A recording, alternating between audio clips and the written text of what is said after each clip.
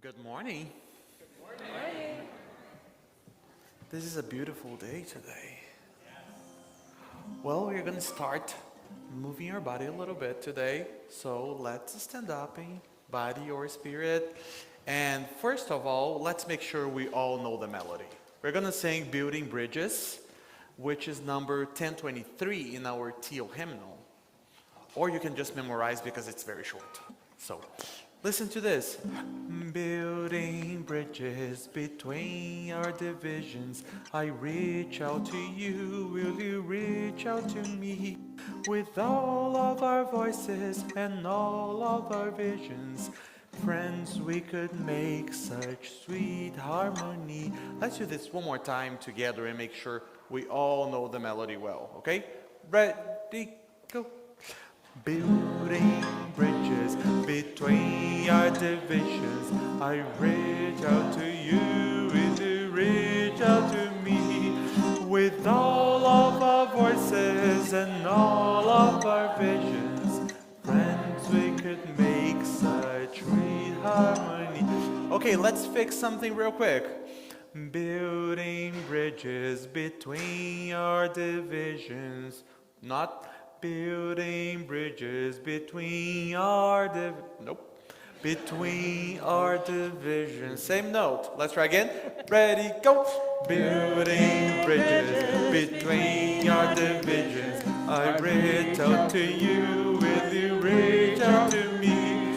With all of our voices and all of our visions, friends, we could make such sweet harmony. Building bridges between our divisions. Building bridges between our divisions. Nice. Okay, now let's go a little faster, everybody. Ready, go. Building bridges between our divisions. I reach out to you, will you reach out to me? With all of our voices and all of our visions, friends, we could make such sweet harmony. Beautiful. Now we're going to start having some fun.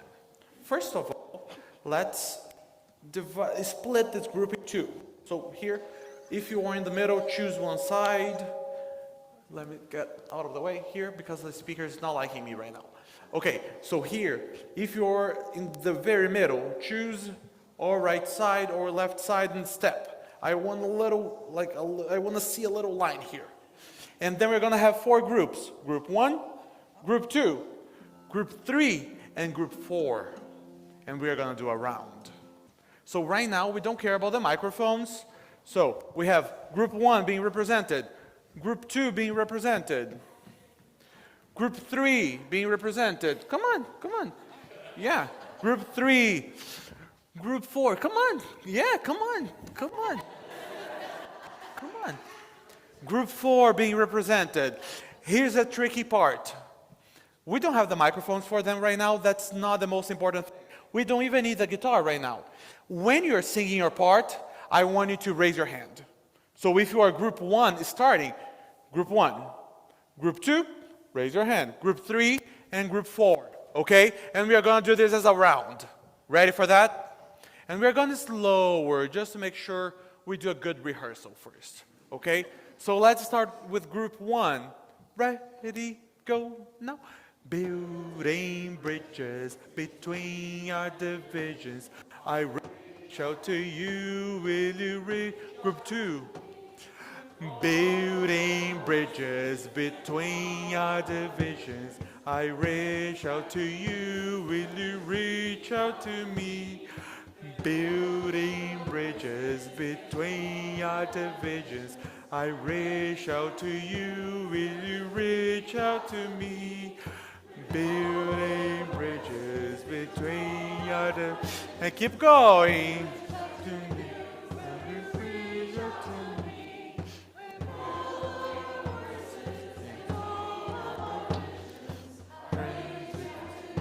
Such sweet harmony. Friends, we could make such sweet harmony.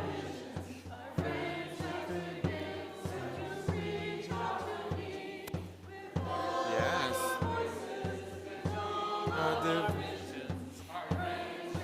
You really reach out to me with all of our voices, with all of our visions.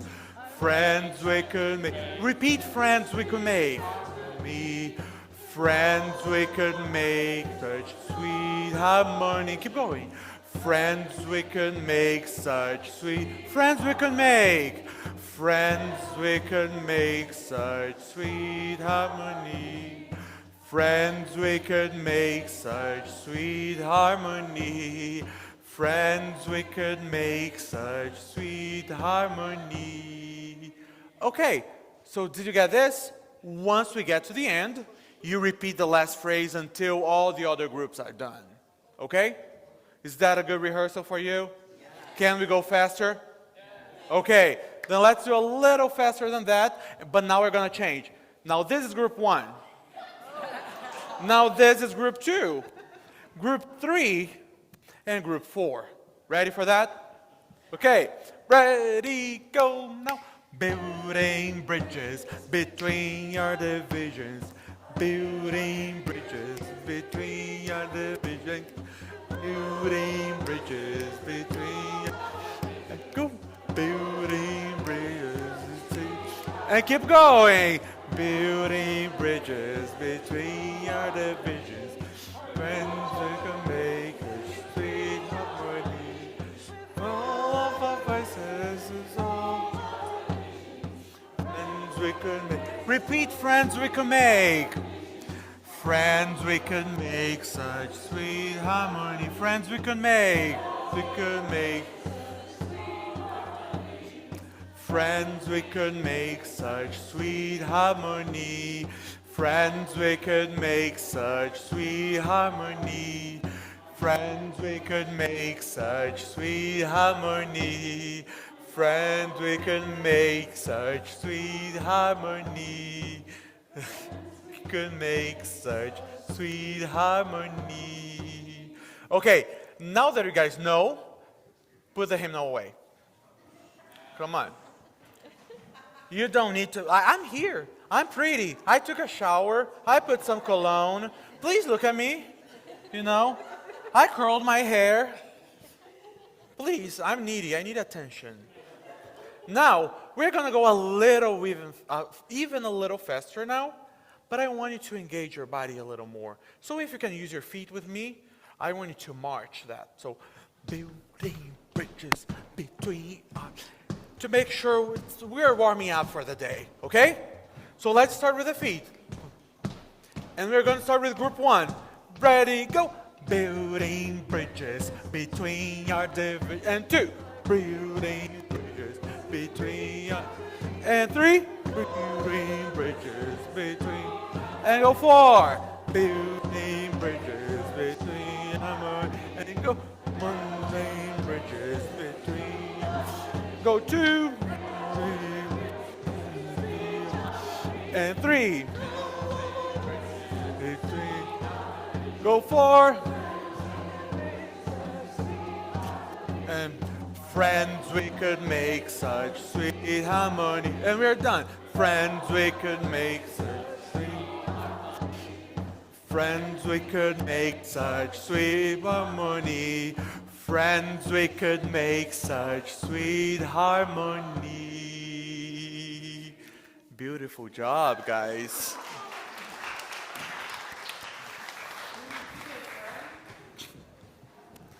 Thank you.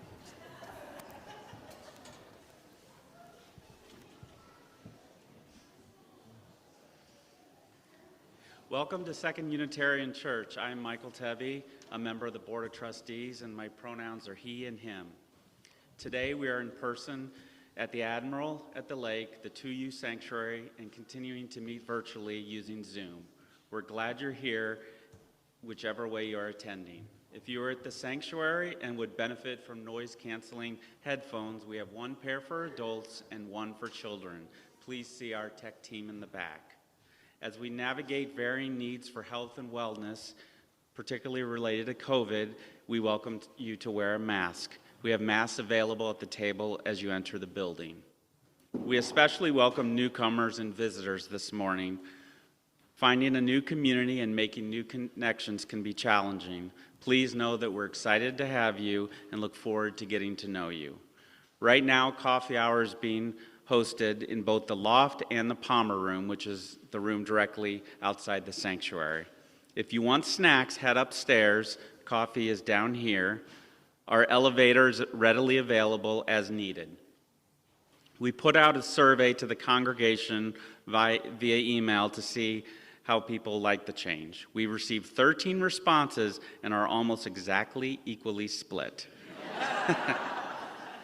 Brandon will put the survey in the next couple of emails to the congregation. Additionally, we always need people in the kitchen after coffee hour, and that's a great place to see old friends and make new ones while lending a helping hand. This morning, we're welcoming a new staff person. Roman Putnam is starting his training as our AV digital producer. Please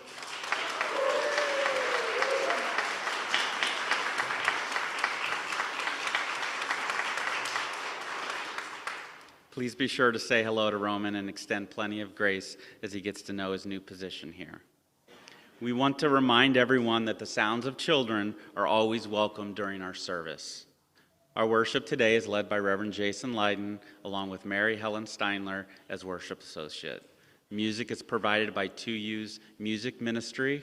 Our time together requires a large group of people who make possible the worship, religious education, music, and technical production. As we greet our neighbors today, let's do so by offering a high five. This is the time to greet your neighbor.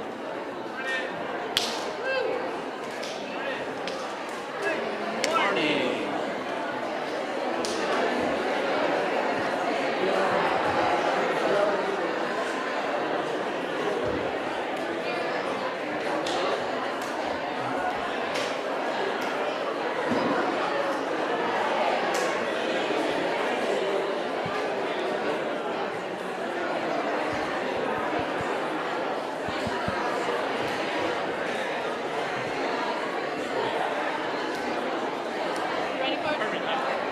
From you I receive, to you I give, together we share, and from this we live.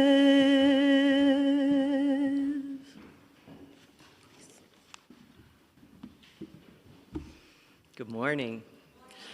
We are a Unitarian Universalist congregation, a community of children, youth, and adults. A people of many beliefs and traditions, but bound not by the specific list of things we believe, but by the values we share, where we keep love at the center. Whether you are joining us for the first time or for the 1,000th time, you are welcome here. Whether you believe in God some of the time, all of the time, or none of the time, you are welcome here. Whatever your race, whomever you love, whichever way you move in the world, however much money is in your pocket, you are welcome here. I invite you, when you feel ready, to take a breath in and out. Let us enter into our worship together.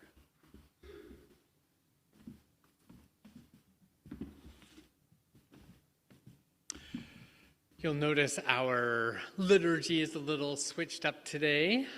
Gabe and I are exploring some different ways of building this liturgy, and I appreciate your grace as we figure this out together. But in just a moment, Amaya here in the sanctuary in Harris at the Admiral will light our chalices, the symbol of our faith, and we light our chalices this morning with these words from Rainer Maria Rilke. Be patient towards all that is unsolved in your heart, and try to love the questions themselves. Do not now seek answers, live the questions.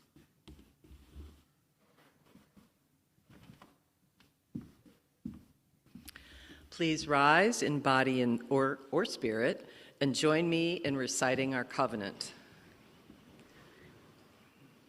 We covenant to build a community that challenges us to grow and empowers us to honor the truth within ourselves.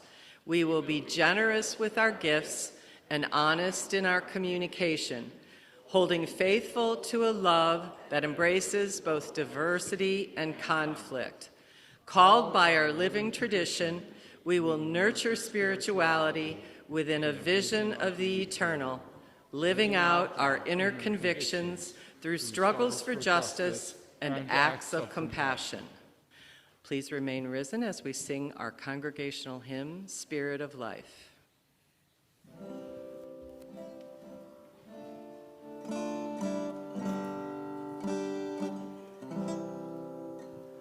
Spirit of life, come unto me. Sing in my heart all the stirrings of compassion. Blow in the wind, rise in the sea, move in the hand, giving life the shape of justice. Roots hold me close, wings set me free. Spirit of life, come to me, come to me. You can be seated.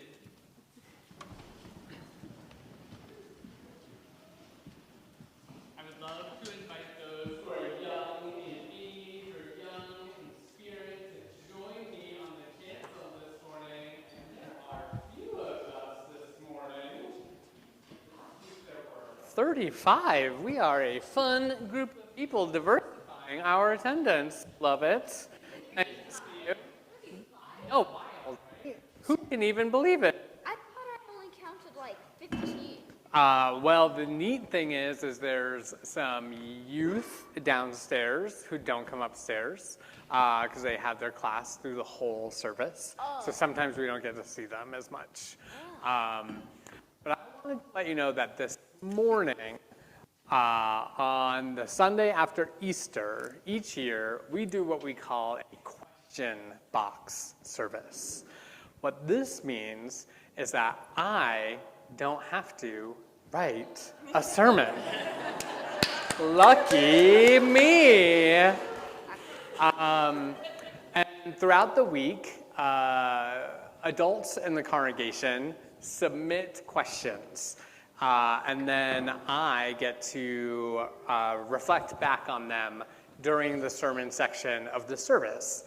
Brittany and I were talking about how maybe you might have some questions that you might think we could talk about together. Any questions at all that you might have for me that I might be able to respond back to you? So let's start, Lumi, with you. Where are you going? Where are you going when you leave? And what city or country? Yeah, where am I going when I leave? So in about 2.5 months, I will be departing from 2U after 7 years of being here as the minister. And I know, I am also very sad about this. There's a lot of grief for sure. And I will be heading to Boston, which is where I'm from. And I will be working at a Unitarian Universalist church in Brookline, Massachusetts, which touches Boston, at a congregation that's a little bit smaller than ours, and who I'm very excited to get to know. Of note, I was talking to somebody else about this recently. Loving another congregation in no way gets in the way of loving this congregation. Our relationship will change pretty drastically, but the love that we get to have for each other doesn't need to go away. Okay. Yeah. Ray. What made you want to be a minister? What made me want to be a minister? So, a big part of it was when I was very little, before my family found Unitarian Universalism. We went to a Lutheran church, and Pastor Moline was the most loving human being I've ever met in my entire life. And I thought to myself, I want to be that guy. And in Unitarian Universalism, the vast majority of our ministers don't start their careers as ministers. They are something else first. And that wasn't how I did things. Instead, when I was 22 years old, I started serving a congregation, and then I went to seminary school, and I've been doing ministry in some form or another ever since.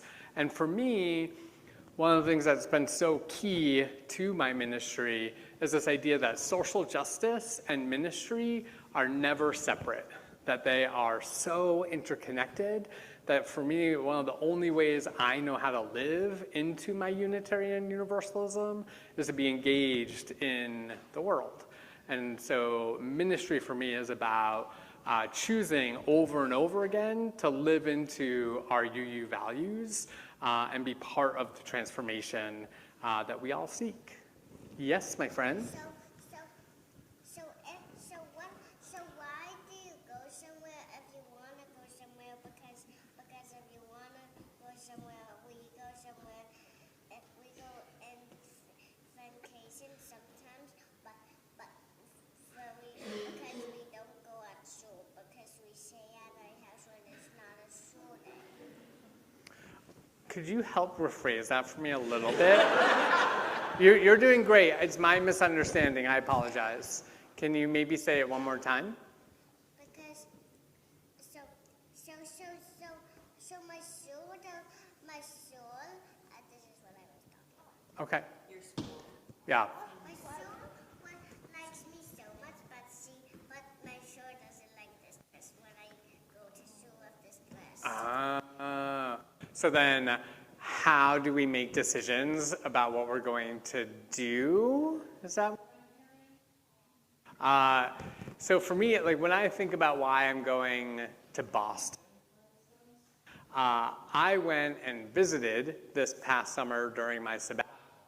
And while I was there, one of my best friends who I was staying with, he said, "Oh, I set up your room for, a night, a month, forever." I started thinking, that's not such a bad idea. And then another day, I got on my bicycle, and I had an evening free to myself, and I went to go watch a movie in downtown Boston. And I got on my bike, and I didn't need to use GPS at all. And I just got myself to the downtown movie theater, and it felt like home, including hills. In case you're wondering, there were no hills here. And I was like, oh my gosh, hills. This is amazing. So those are some of the things. So I appreciate your questions. And one of the things that's so cool about Unitarian Universalism is that we know that we each have answers to the questions that we bring. And there are some people who kind of joke that Unitarian Universalism offers a question to every answer. And that's one of the ways that we keep learning as people of faith in our tradition. So as you ask questions of yourself and you come up with answers for yourself, maybe, just maybe, it might pop up some more questions so that you can keep reflecting and thinking about how you get closer to what feels true. So those are some of my hopes as we think about questions this morning. And I want to invite everyone to join me. Oh, real quick, Lumi. Yes? Are you going to come back? Am I going to come back? That's a great question.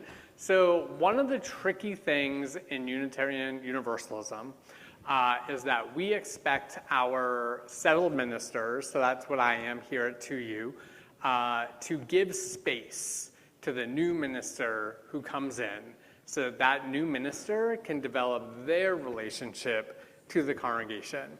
Because I have been the minister here, and Reverend Adam, who is here before me, had to, and Reverend Jenny, who is here after Adam and before me, had to give, the rule is 3 years. Have to give 3 years of allowing the new ministries to build. And so I will be loving you all from afar. I will be nosy and talk to your minister and hear how things are going and get little updates and get to celebrate. But unfortunately, our relationship will have a pretty big shift. Let us now sing our children off to their classes. Go now in peace, go now in peace. May the spirit of love surround you.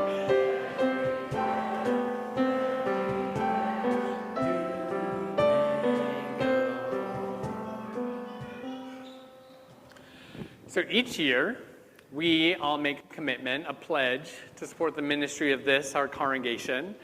You may remember, Unitarian Universalists are Congregationalists, so there is no one else giving us money except for you. And so you make this commitment every year to resource the ministries of our church.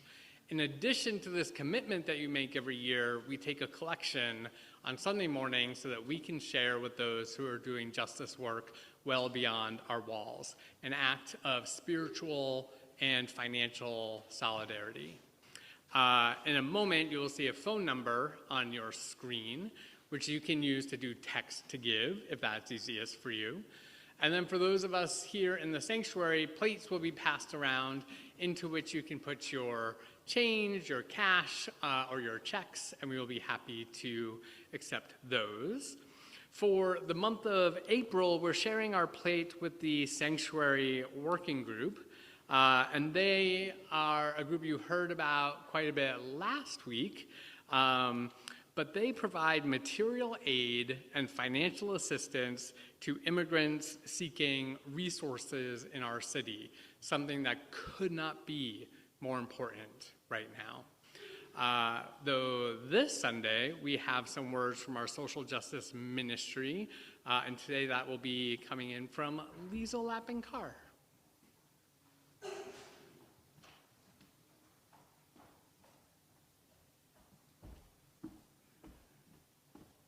Good morning. My name's Liesel. I use she, her pronouns, and I'm going to do 1 minute of information about the social justice work that we're doing in the congregation. So for April, you'll see we have an April calendar of the different events that we're doing. And so last week we had the night ministry making stack lunches after the service. On Monday the 6th, we did jail support at the Cook County Jail. This coming Monday, we have Social Justice Mondays at the Admiral, where it's a gathering that is both doing some social justice related activity. I didn't get from Serena exactly what it was this time, but it's an opportunity to be in community with others as well as do some social justice work. On Monday the 20th is jail support again at Cook County Jail, and on the 27th, Monday the 27th, is the Social Justice Ministry meeting. And then also every Sunday, or almost every Sunday, we have a social justice table in the sanctuary after service where we can gather and talk about different social justice related experiences and events and activities going on in the city. And so there is something to do every week through the congregation to be involved in social justice work in our community. Also, we are collecting tennis shoes and sandals for a supply drive this month in April. There's an Amazon bin right next to the elevator in the Palmer Room if you're able to donate anything. And I think the last thing, there's a social justice corner where you can find both a monthly calendar of events and a one-page worksheet with a one-page sheet, informational sheet with various contact information and more details about what all of these opportunities are.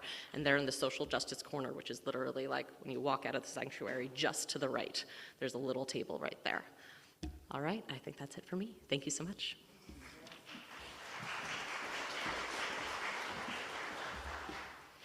Now, I invite you to join me in reading our offertory words.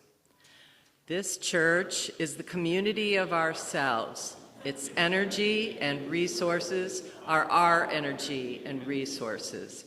Its wealth is what we share. As we contribute to the life of this community, we affirm it and enable its participation in the larger world around us. The offering will now be generously given and gratefully received.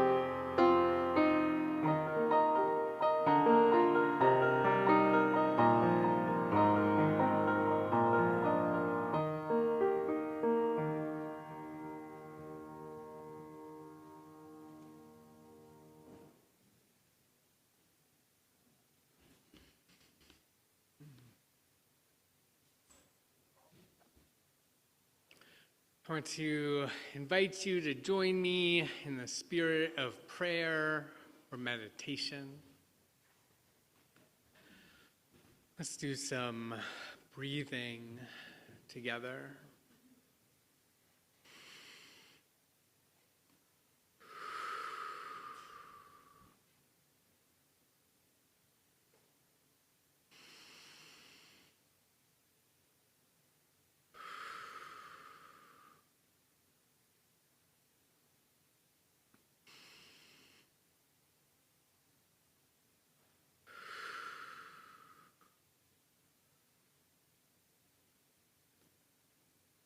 I want you to take a moment to attend to your body. Unitarian Universalism is an embodied theology.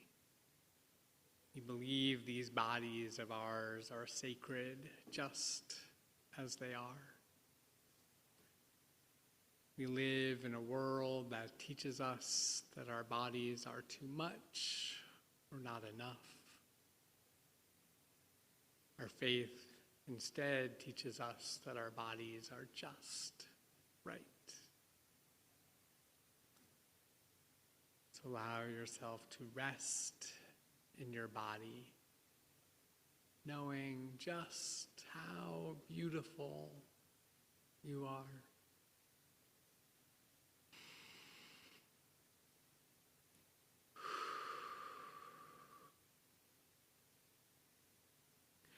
Allow gratitude to wash over that beautiful body of yours. Feeling thankful for the breath in our lungs, the beauty of our earth, and the strength of this, our community. We hold in our hearts those who care for family in ill health, those who live with grief or chronic pain, those struggling with addiction or illness, seen and unseen. We are with you. For parents and teachers and all those whose primary spiritual practice is caring for children, we are with you. We pray for our neighbors in prison, for those who are struggling to stay afloat in the midst of poverty.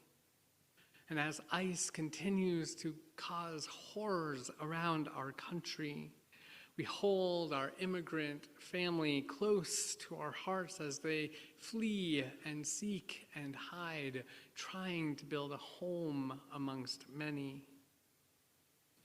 We pray for all those living in harm's way, particularly those navigating gun violence. We pray for our planet and commit to work that will lead us away from the harms of climate chaos.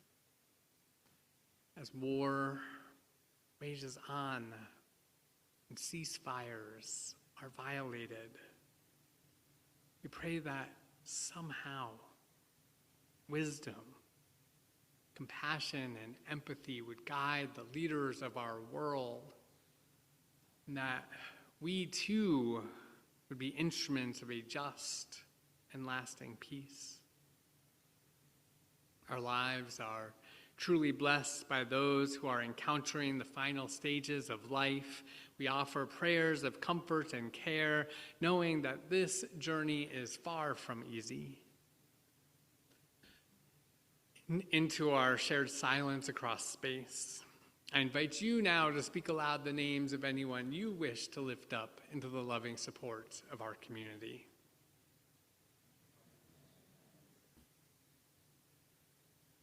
With our deepest compassion, let us hold in our hearts those named and unnamed, those remembered and those forgotten. Let it be so. Amen and blessed be. During our ritual of lighting candles for joys and concerns, we want to take care of ourselves and one another. In just a moment, I will invite you forward, those gathered in the sanctuary, to light a candle and to have a time of contemplation. And as you wrap that up, I invite you to use the hand sanitizer that's available. For those of us at the Admiral, I invite you to come forward, take a pebble from one bowl, hold it tightly in your hand, putting your energy into that stone, and then knowing your joys and sorrows to be shared by this community, let it go lightly into the other bowl. And for those of us on Zoom, I invite you to join in by sharing your joys and concerns in our chat window.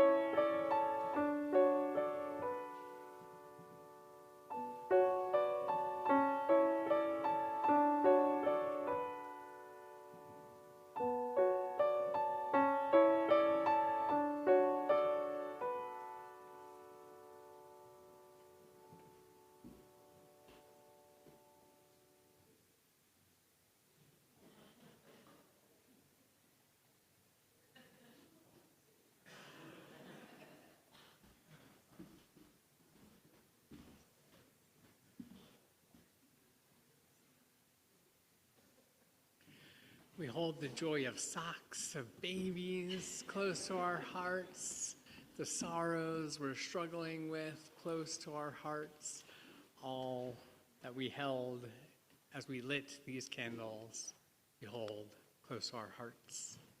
Mary Helen, would you share our first reading, please? Our first reading this morning is adapted from Howard Thurman's God of the Unfinished Sentence. There is something in us that refuses easy answers, something that aches when the world is named too quickly, too simply. This, too, is sacred, for the work of the Spirit is not to silence our questions, but to deepen them until they become a longing for justice, a hunger for connection, a fire for truth. Because we ask because we care. We question because we love this world too much to leave it unexplored, unchanged. So let us be a people who do not fear the unfinished sentence, but who trust that in the asking, we are already being transformed.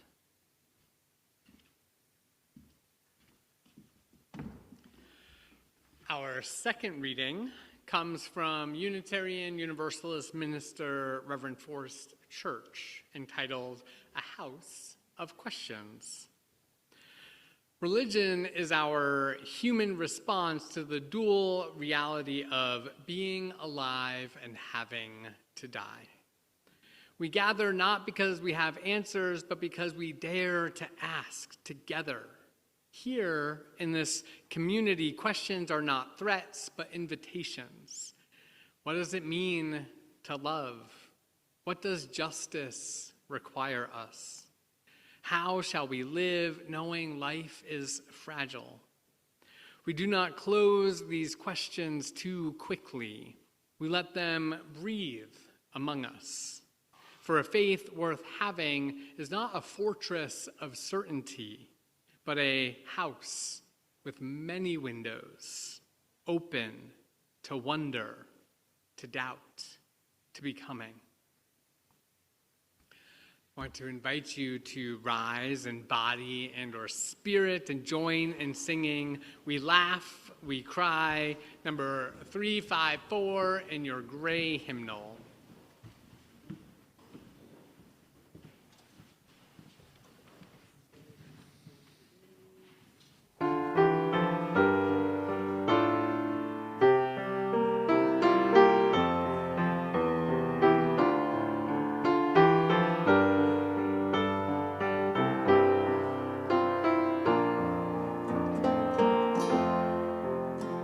We laugh, we cry, we live, we die.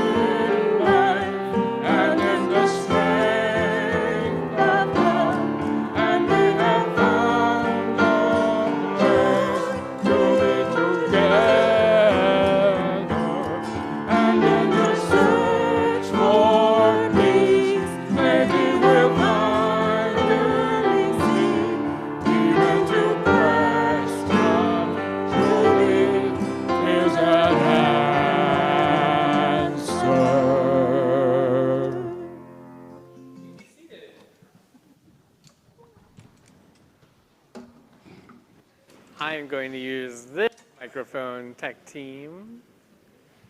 Thank you. I am also rudely going to put my phone out because one of the things that's nice about being a manuscript preacher is I know that my sermons are between 1950 and 2100 words, so I know how long it will be. And when I'm responding to things as kind of an extemporaneous communicator, brevity is not my strong suit. And so keeping track of time helps out a little bit. For folks who are new to a question box service, how this comes about is that folks, as I said to our youngest, send questions in. The rule that colleagues follow, and this is a common type of service in UU congregations, is to not think about the questions, but to just offer honest reflection in the moment. And so that's what you get. I have seen the questions ahead of time, did my best to say, don't think about this. Also, it's really great on Friday when I would normally be writing my sermon to say, don't think about this. But so I have 1, 2, 3, 4, 5, 6, 7. So there are 8 questions that were submitted. And so we'll do our best to get through as many of them as possible. And I will I'll read them to you as they were sent to me and offer some thoughts back. The first was, what solace does Unitarianism and Universalism have for people who are grieving the loss of a loved one?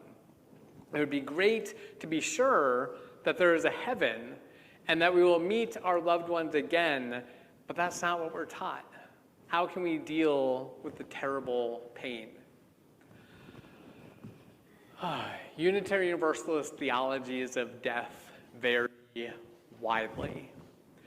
What our Universalist side of our tradition teaches us is that whatever happens after death, we can be sure, our theology does say this, we can be sure that it is good.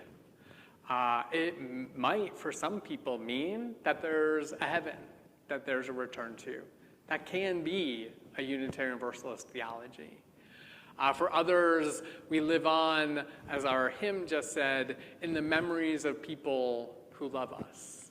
One of my favorite parts about that is we change in that experience. We change when we die, but then when people talk about us, they tell the stories about us incorrectly. And they remember things in a way that it didn't happen like that. And we live in new ways. Because what's most important about those stories, though, that people tell about us, that keep us alive, is the stories about love. The stories about compassion and care and silliness and transformation and healing. Also stories of gossip, right? And being like, oh my God, remember when she did this? And that's a beautiful part of knowing who we are after death. There is in our tradition an understanding that we're a liberal faith, by which I don't mean left of center. What I mean is that we individually make decisions about our theologies. We have a framework of Unitarian Universalism that guides us, and we have a set of values, our covenant, our promises on how we're going to be together and how we're going to create these theologies together. But we don't have a prescription about what happens after death. And so for me as a Unitarian Universalist, I am most served by being in relationship not only with other Unitarian Universalists, but with people of faith of all kinds, and people who don't participate in any kind of faith community, to wonder together about death. Because it is inevitable, right? We are all going to be there, and we all love people who are going to or have died.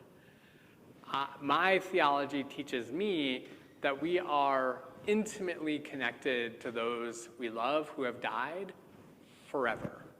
I consider myself a materialist in the sense that science tells us that no energy is ever created and no energy is ever destroyed since the Big Bang. And so when we die, the atoms that make us up, they're still atoms in the universe. Is there a consciousness that exists? My theology says no, but your theology might say yes, and that is a Unitarian Universalist theology that gets to be true for you. And the responsibility of our faith is to accompany each other in that questioning and in that finding of answers. And like I was saying with our young folks, and then asking more questions. Because there is profound love. I'm sure many folks have heard this idea that grief is love with nowhere to go. One of my thinkings about that, though, is maybe we can find a place for that love. And that love that we have when we are experiencing grief is love that we share with others who either love the person who died or who are loving someone else who is dying.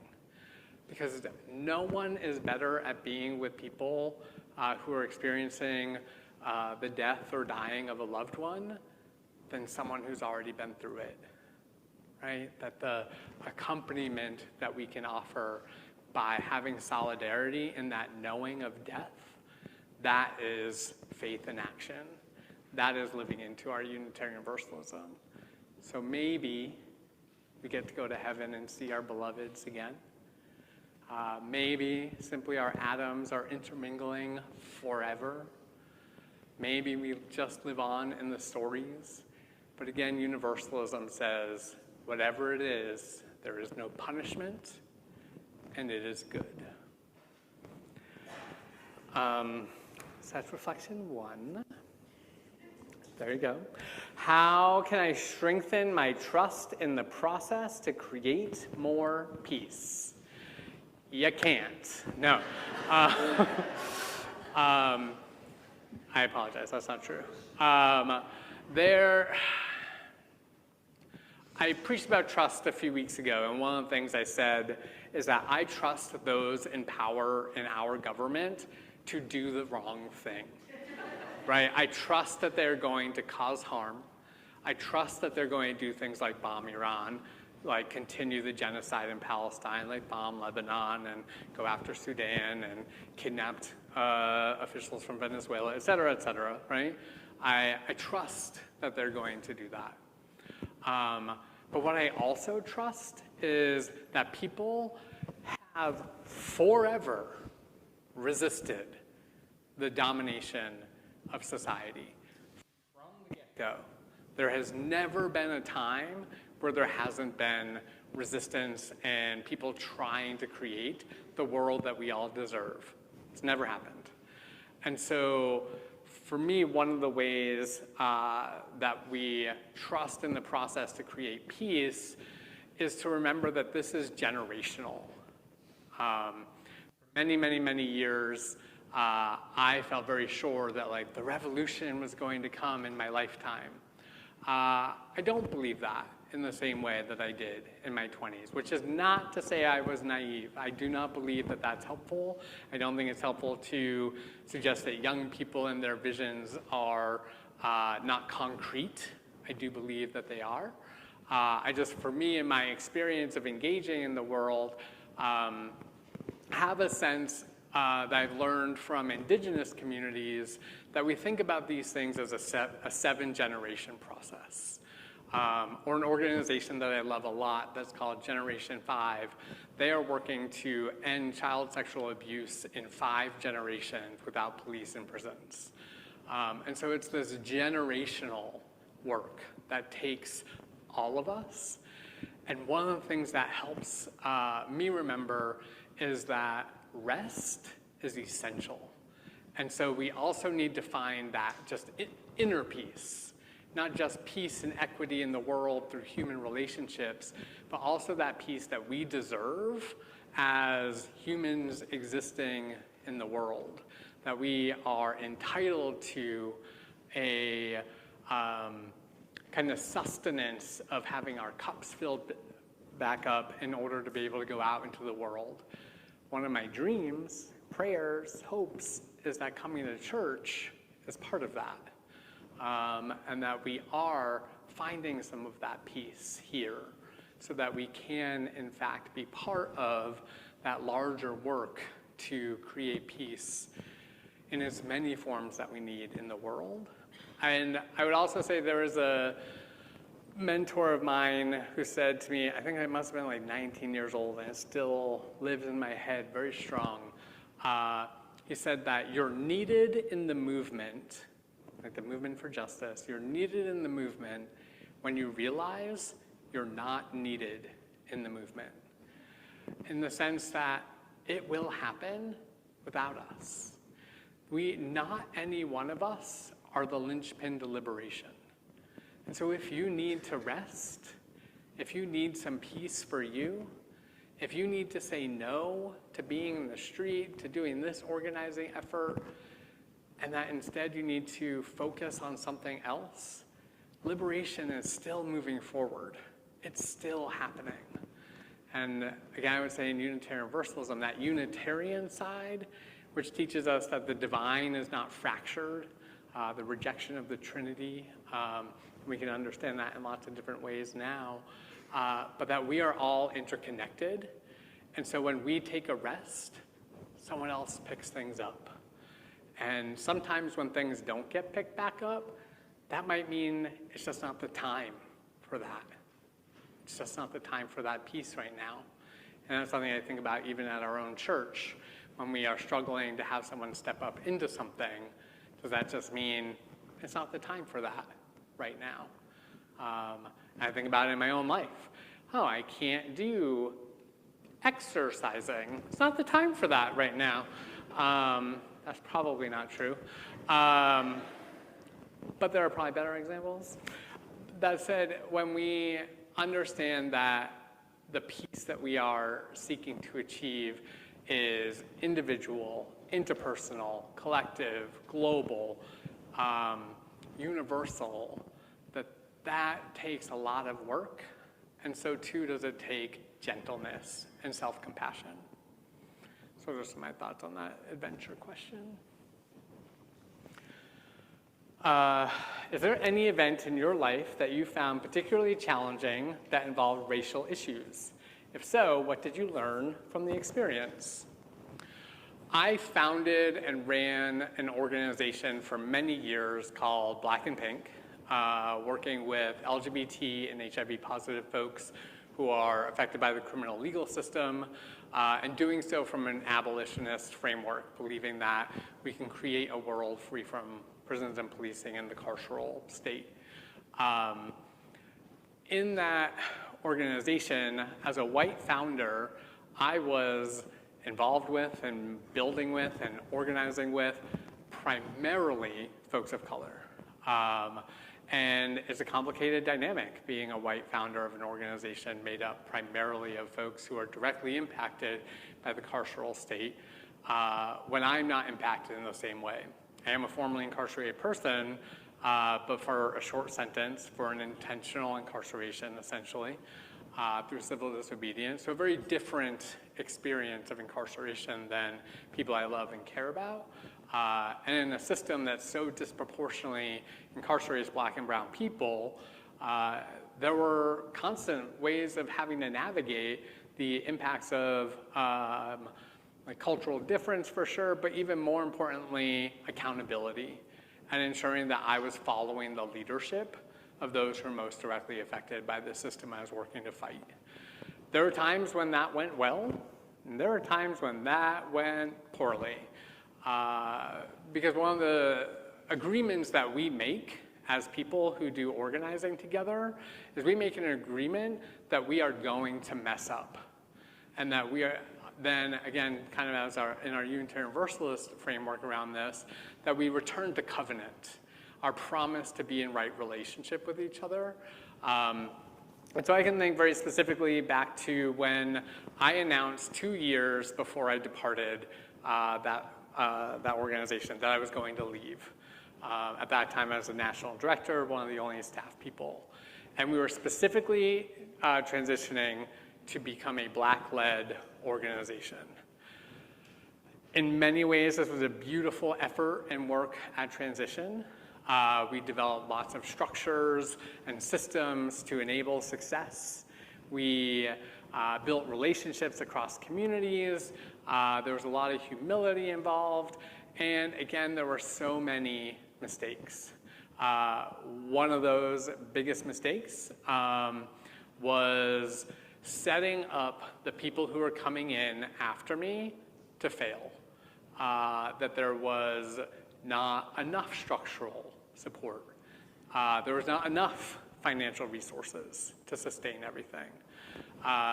There had been for so long a white cultural structure of an organization that was primarily made up of people of color, but again, led by a white person, that there was so much work of dismantling that needed to be done, that the first person who came in, or first two people who came in to really lead that transition, ended up being set up to fail.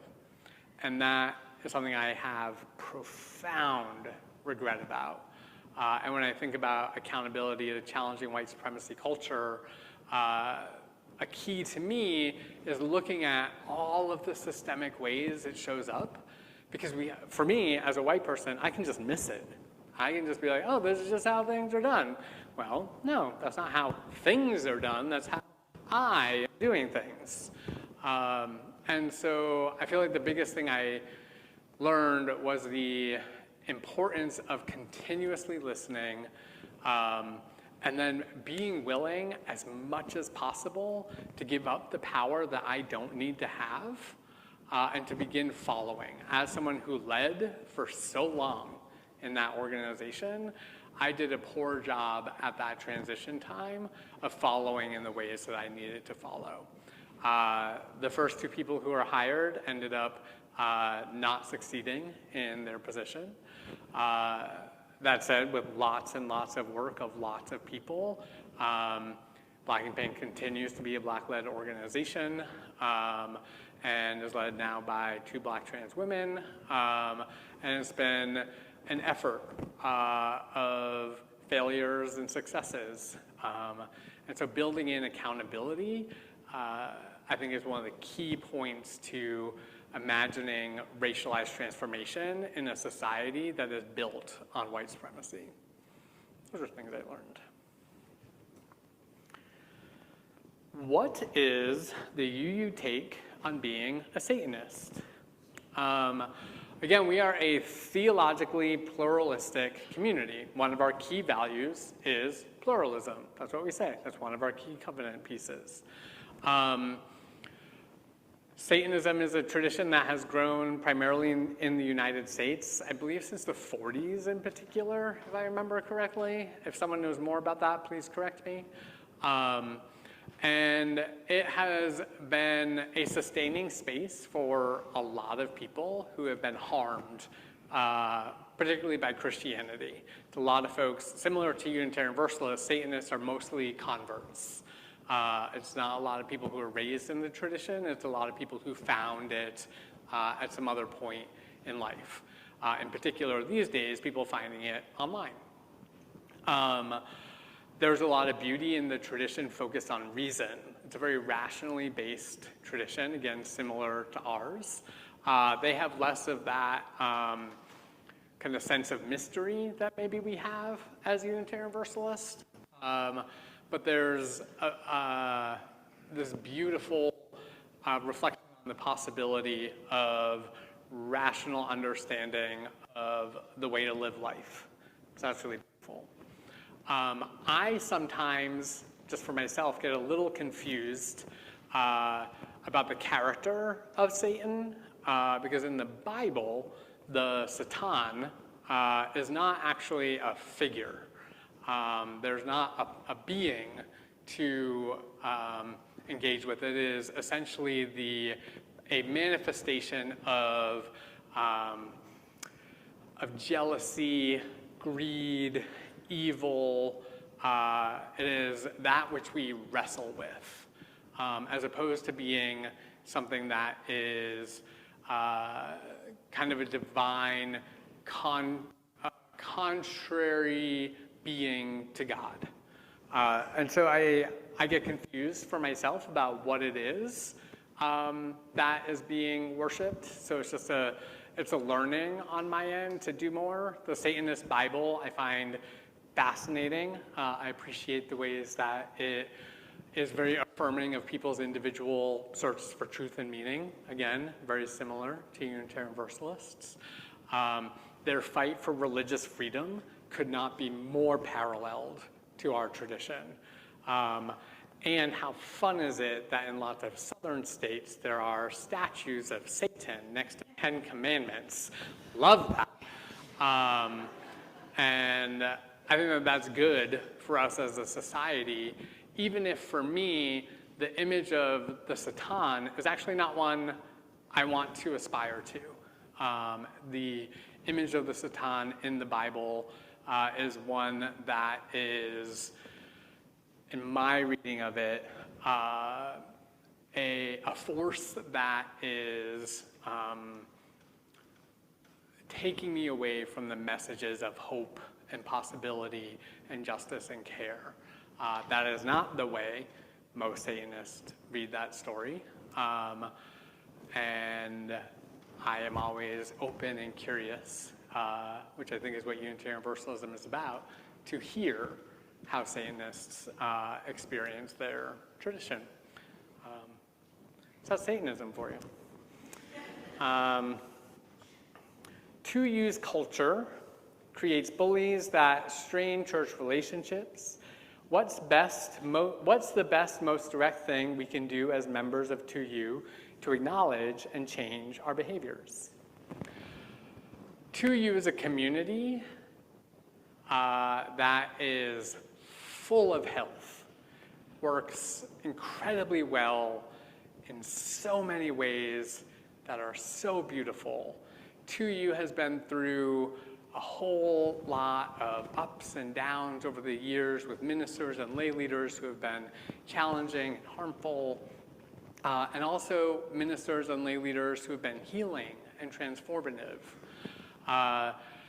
When communities come together, it is almost always that systems of power start playing out. And in a society that teaches us from the day we are born that it is okay for some people to have power over other people, whether that's capitalism, racism, patriarchy, heterosexism, et cetera, these systems of oppression that teach us it is okay, not just okay, it is righteous to have power over others. I believe it is inevitable that that will show up in communities. And without constant effort by a community to address the ways that that power plays out, we are going to fall into these kind of challenges of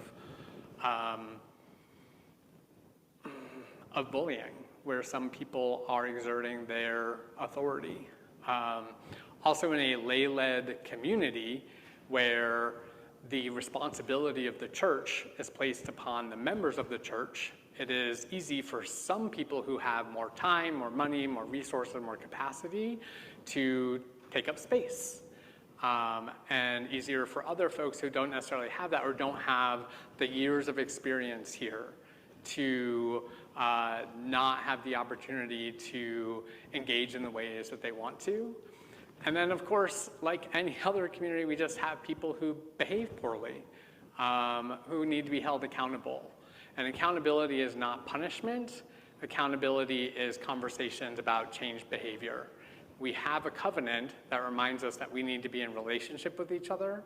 And so the best ways that we navigate bullying is to keep coming back to covenant and to have honest conversations with each other.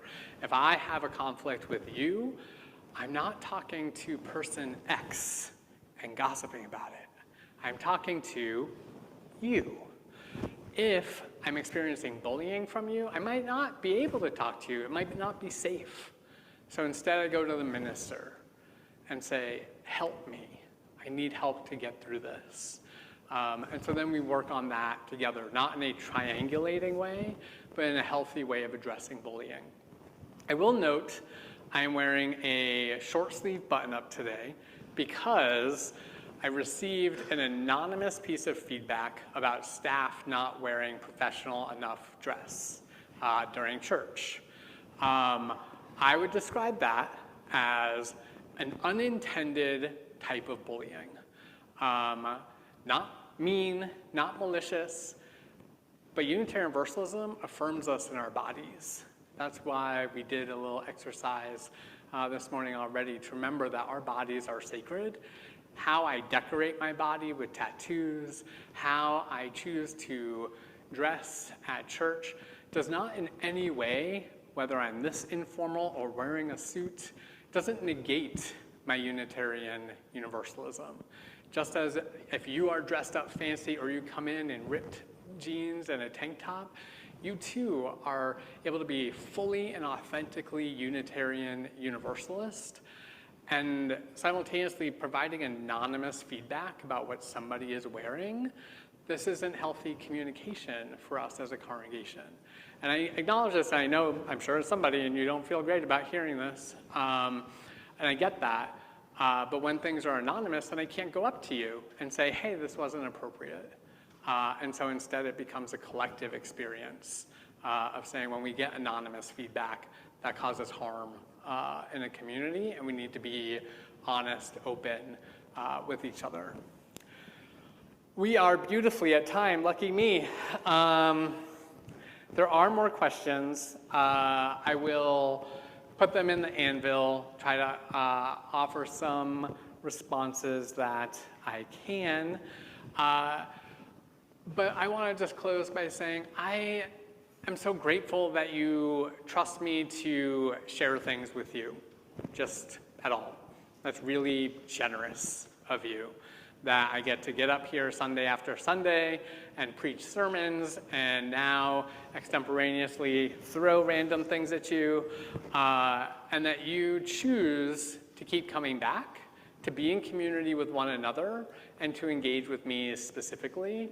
And for me to have been able to do that for almost 7 years now, and for you to approach me with grace and compassion, as well as annoyance and frustration, whatever the fullness of your experience is with me, I am eternally grateful. And so this kind of last question, I said this at Christmas, I'm doing my lasts. There's lots of lasts happening now. And so as my kind of last question box service, it's such a different way of doing worship together. And I appreciate your participating with me in it and allowing me to explore a different way of reflecting than I normally do. And so I now want to invite you to rise in body and or spirit for our closing hymn, number 1028 in your teal hymnal, Fire of Commitment.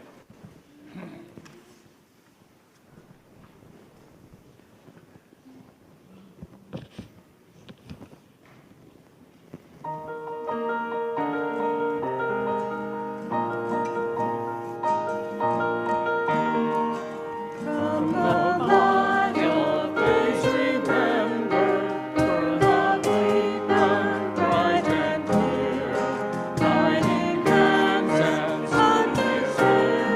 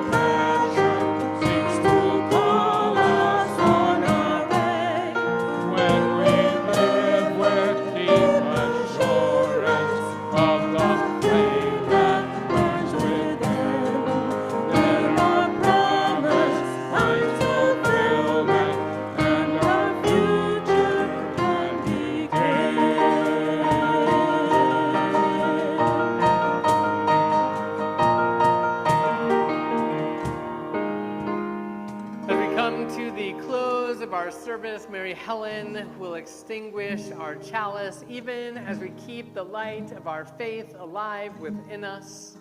I invite you to rest your hands upon your heart or clasp hands with those you're sharing your life with and hear these words again from Rainer Maria Rilke.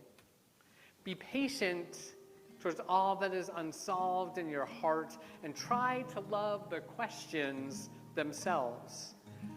Do not now seek the answers. Live the questions. Go in peace, beloveds.